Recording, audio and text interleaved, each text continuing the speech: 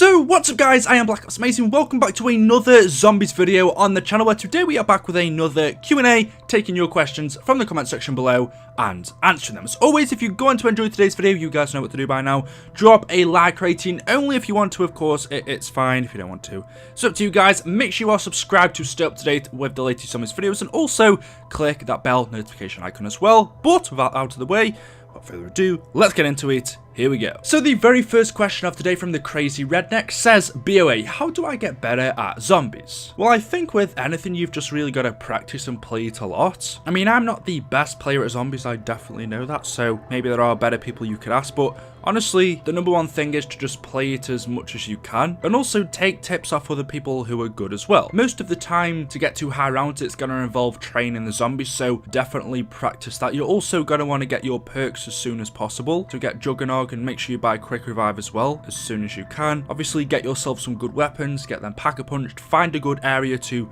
train in, and then zombies pretty much involves you doing the same thing over and over again, unless obviously you're going for an Easter egg. But if you're just going for high rounds to get better, well, it's going to get very repetitive, but hopefully the more you do it, the more you will get better. That's not really something I can help you too much on, that's up to you, but I would say the best maps to practice on are probably Ascension and the Giant or Derice. I would say they're your easier maps and also have enough room for you to train on. And then obviously later on, if you get better, go to the harder maps like Shangri-La, Baruch or something to just see how much you've improved. But yeah, let me know how you get on. Roblox Gamer says, hey BOA, who were the very first people to wield the bows in Der Eisendrache, excluding the Wrath of the Ancients? Please answer, I love your videos. So I'm not exactly sure what you're asking. You're asking me who were the first people to wield the bows. So who were the first people to use them, but then you say excluding Wrath of the Ancients. I'm not exactly sure what other bows there are besides from the Wrath of the Ancients. Unless there's something that I've completely forgot about, then I'm not too sure what you're on about. But if I was answering the question, who were the first people to wield the Wrath of the Ancients, or actually changing that, who made them? I know a lot of people ask me who made the bows in Der Eisendrache. Well, that's something I don't have the answer to. I don't believe we're told that by any of the characters in game. Richtofen doesn't mention who made them, and also in the Canorium they're not mentioned either, so who made the Wrath of the Ancients would be a good question. I mean,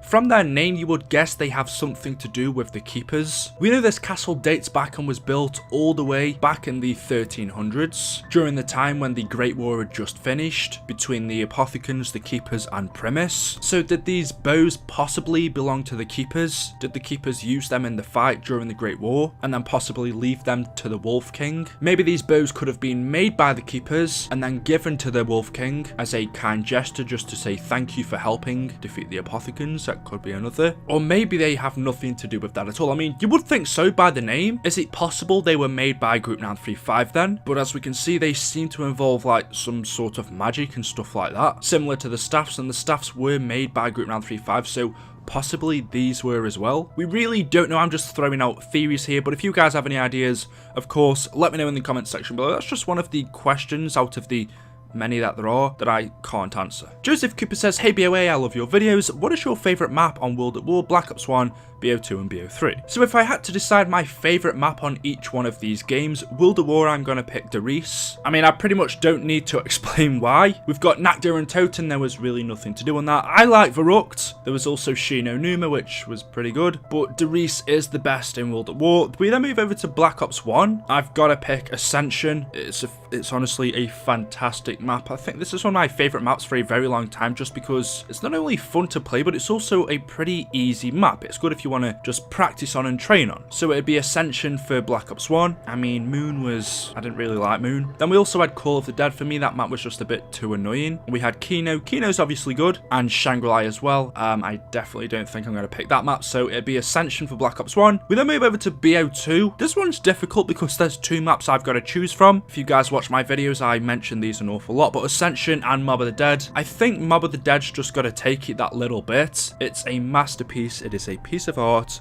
How can we not pick Mob? I mean, for Black Ops 2, we had Transit, which, We then had Die Rise, which, We then had Buried. Buried was alright. And of course, Mob of the Dead and Origins as well. Origins is a freaking good map, but I think Mob of the Dead has to take it for BO2. And then obviously BO3, it's got to be Der Eisendrache. Although I do love Shadows of Evil, that come in pretty close. Gored Karovu was good. Zetsubo, Yeah. Revelations, boring. So that'd be it for me. World at War, it'd be Derice. Black Ops 1, it'd be Ascension. Black Ops 2, it'd be Mob of the Dead. And BO3, it's gotta be Derice and Draka. I'd be interested to know your favourite maps in the comments section below from each game. I actually do go through and read comments, so if you want to let me know, I'll try and reply to some of you guys. But the next question from Bailey Donaldson Fitz says, hey BOA, my question is, why is Group 935 trying to send Dempsey 1.0 to Griffin Station? By the way, love your videos, keep it up. So good question, why are Group 935 sending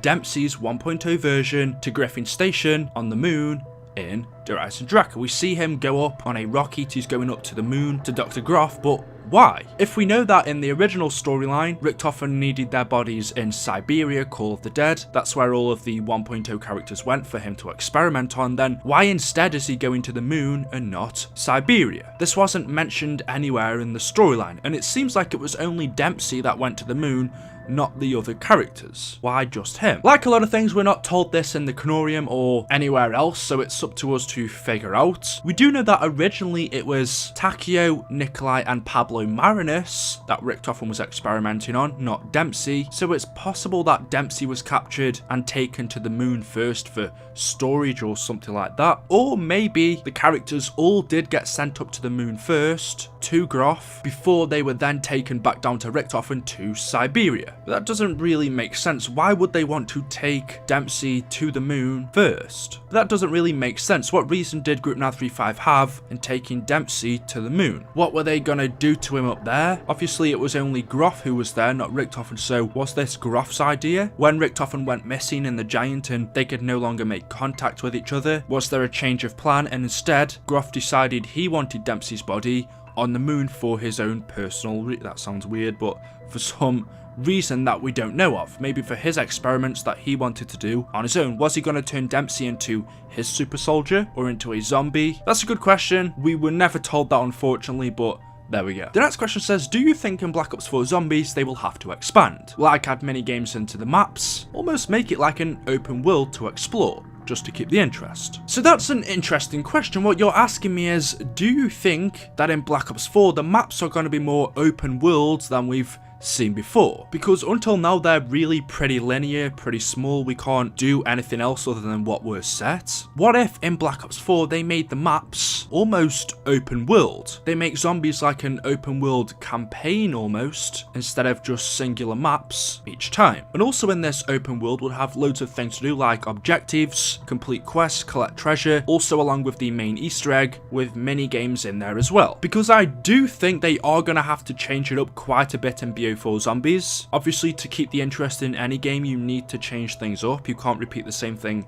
over and over again. I've never thought about that, but how would it work if Black Ops 4 Zombies was open world? Say you have the main world area that you get straight away, you can walk around it, do things, and then as each DLC unlocks, it unlocks a gate or a door in the main area that you can then access to do more of the Easter eggs or stuff like that. Or even if that wasn't the case, what if just each map was a lot bigger, each DLC map that we got was open world, where we could explore, do things that we wanted, and also the main Easter egg as well? I kind of guess similar to TRANZIT, if each map was like that, obviously a lot better, but the world idea and design was the same, how we could go to different sections of that map, like bus depot, town, farm, do different things in those little areas, and also there's a transport system to take us around. I guess that could work. I know a lot of people didn't like TRANZIT, but I also think that was down to the just poor design of it, and just it was really a dull, foggy map that was annoying. But I think if they nailed TRANZIT and got it right and just changed quite a few things in it, I honestly think that could have been a good map. And also, how about mini games? What if they added mini games into